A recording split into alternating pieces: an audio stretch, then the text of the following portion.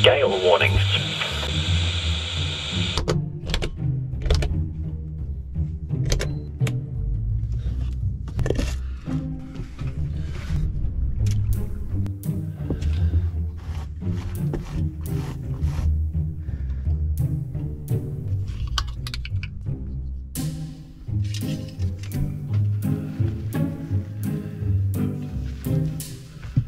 Inshore Water Met Office at 0600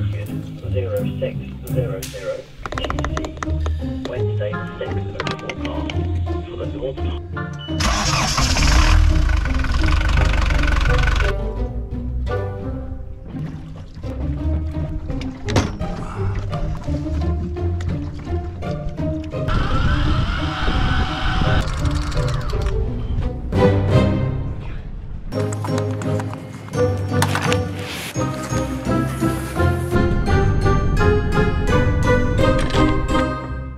Leave? Yeah, let's go. There are currently no gale warnings in force. These things, godsend. Anyone who manages to like function without these, I don't know how we did it. Okay, if you let me know once lines are slipped, and I shall pop her into gear.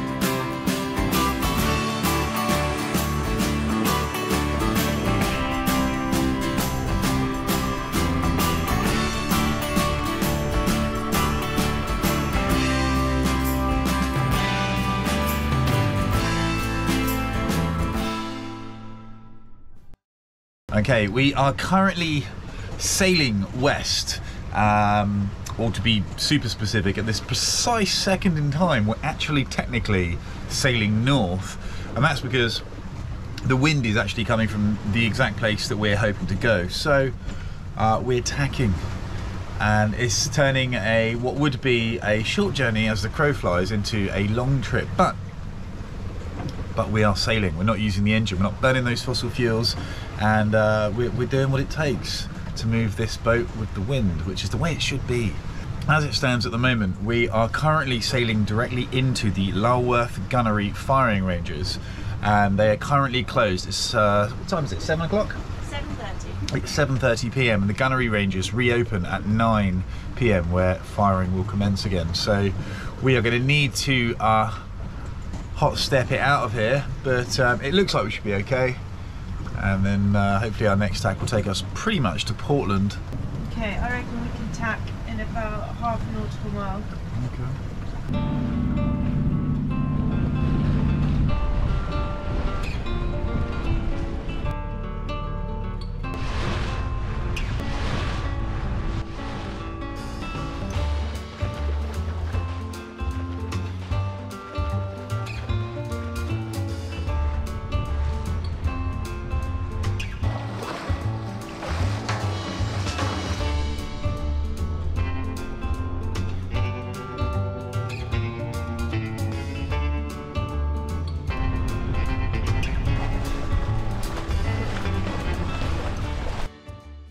How retro does that warship look? Is it just me, or does it look like it's got a Dalek sat right on top of it?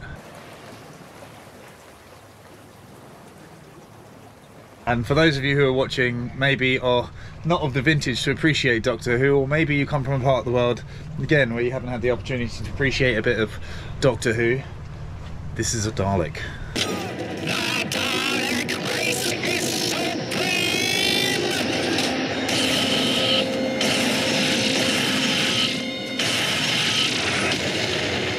I know we have some Navy folk watching this, and if that isn't a world-ending monster that wants to be taken to our leader, what is that exactly that's on top of that boat?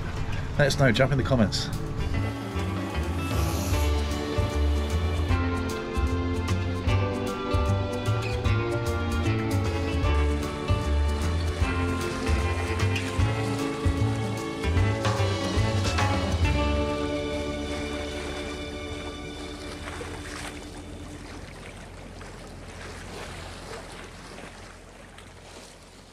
Our stop in Portland this time round was to be a flying visit to collect our mail, which had been steadily accumulating at my parents' house. Although before we left Portland, a local spearfishing instructor, Dan, aka Action Man Dan, also known as Gravity Issues here on Instagram, he very generously took some time out of his day to try and teach me how to be just a little bit less of a danger to myself in the water. And also, Dan had told me about a must-see cove, which apparently is a great spearfishing spot. And so, it was time for another little adventure in Portland. Good morning, guys. I am up super early this morning, and I'm off spearfishing in a place that's been recommended by a local, and apparently it's shrouded in pirate history, which is always exciting. This is a solo adventure at this point because Carly and Hank don't quite like getting up as early as I do. Not only to get this beautiful, beautiful sunrise, but it's an hour's hike on this little solo adventure. And I've got all my dive gear on me. I've got my spear gun, my dive belt, 4 cameras. I'm lugging around about 20 kilos, which for our colonial cousins across the pond is about 40 pounds. And it's a hell of a hike. We're heading up there, up Portland Bill, and they say it's quite a long hike down to this little cove, and then apparently it's quite a steep descent down as well, so I feel like this is going to be a mini adventure in itself.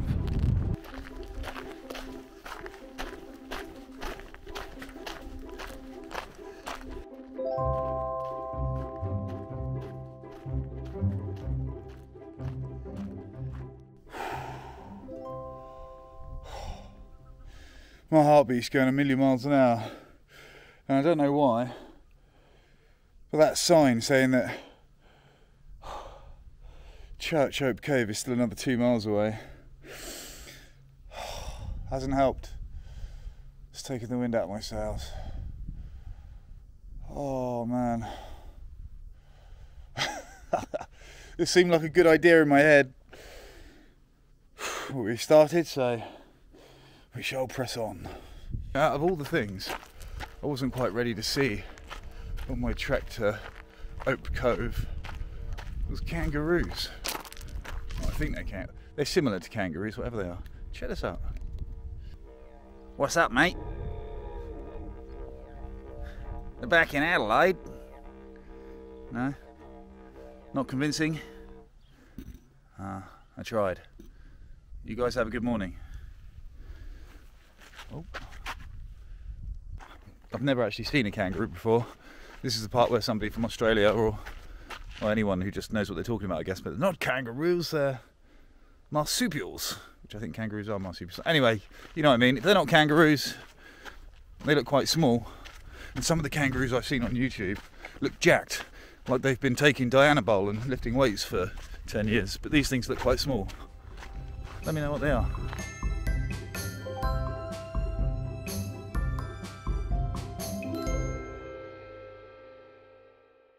So in between me stopping, filming, enjoying the view a little bit and flying the drone, Carly and Hank have actually got up, scurried up the hill, and they've caught me up. In fact, they overtook me at one point. So, morning. Joy, good morning. Morning. Morning, Just have a little quick drink break. Yeah, mate.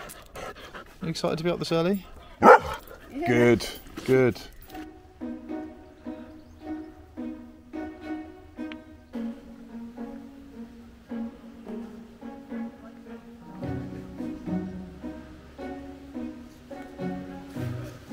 Put the skull and crossbones on. You know, Portland really is steeped in history, mystery, and legend. And legend has it that these remains belong to an infamous pirate. Although no one seems to agree on exactly who or where or when, but it does make the mind wonder. Do you know what it reminds me of? The Goonies. Ah! Like one-eyed Willie, lost here. And there's going to be a booby trap or something. Oh, don't say that. Yeah, that's what it feels like.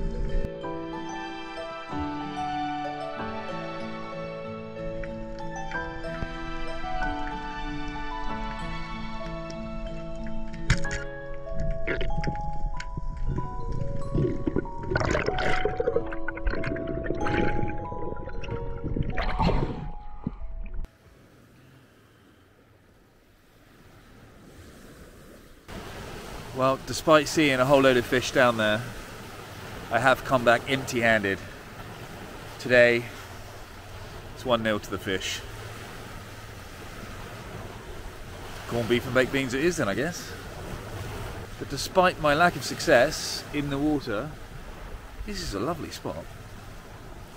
If it wasn't for one of the local spearos telling me to come down here and give it a try, we may never have come. Not bad, is it?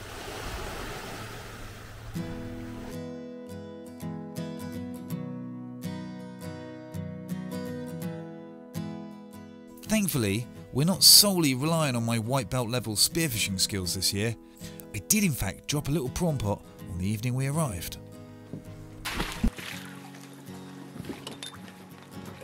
Okay, so we have strategically placed our pot somewhere where some opportunistic thief hopefully won't be able to just come in and nab it. We'll leave that there for a couple of days and then we'll come back, pull them up and see what culinary delights might be on the menu.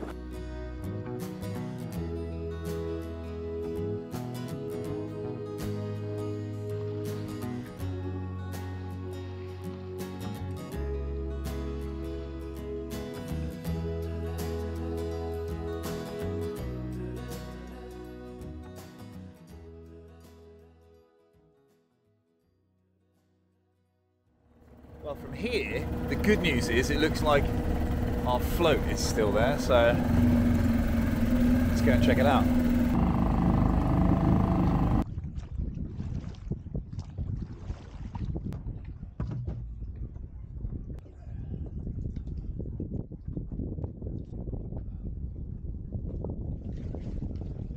Tiny fish in there and a couple of crabs. Nothing edible though. Little velvet. Well, apparently velvet crabs are edible, but these ones are tiny and we're not going to eat. So, hello, monsieur. Allow me to release you. We've got another 4 crabs, 4 velvet swimming crabs. Now, those 2 gigantic concrete cubes, where I decided to cunningly go stash my prawn pot, have quite a story behind them. I was actually contacted by a guy called Dan who saw one of my pictures on Instagram. He said, "Do you know the story of the Mulberries?" And I said, no, I have no idea. And I'm so glad that I've taken the time to learn about them. So these two gigantic cubes here were part of the World War II Mulberry harbours, and they played a really vital role in the success of the D-Day story. And one of the major problems that the Allied forces faced was actually a logistical issue. It was, how do we get all these supplies to the troops on the ground from these gigantic ships which need deep water to sit in? One of the ways that they solved this problem is they built floating harbours called the Mulberry harbours. And what's really amazing is the fact that they had to build these in secret, tow them across the channel, and then build floating harbours in the middle of a war zone without being detected. Amazing. And when you think, what does a harbour need? Yeah, it needs to provide deep enough water for the ships to berth in, and it needs to provide protection from the wind, the waves, and the elements. And that's what these did. And that enabled gigantic supply ships to dock, unload supplies, and then it was a quick ferry ride to get them over to the mainland. It's really remarkable. I haven't even begun to do justice to that story. There's so much more depth to it. So if that's the kind of thing that interests you, I would highly recommend checking out some of the videos on YouTube about the Mulberry harbours and their World War II story. And now, many decades later, they reside here. This is their resting place, and they've been protected with what we have in England as what's called a Grade 2 listing. So they're not going anywhere. Amazing.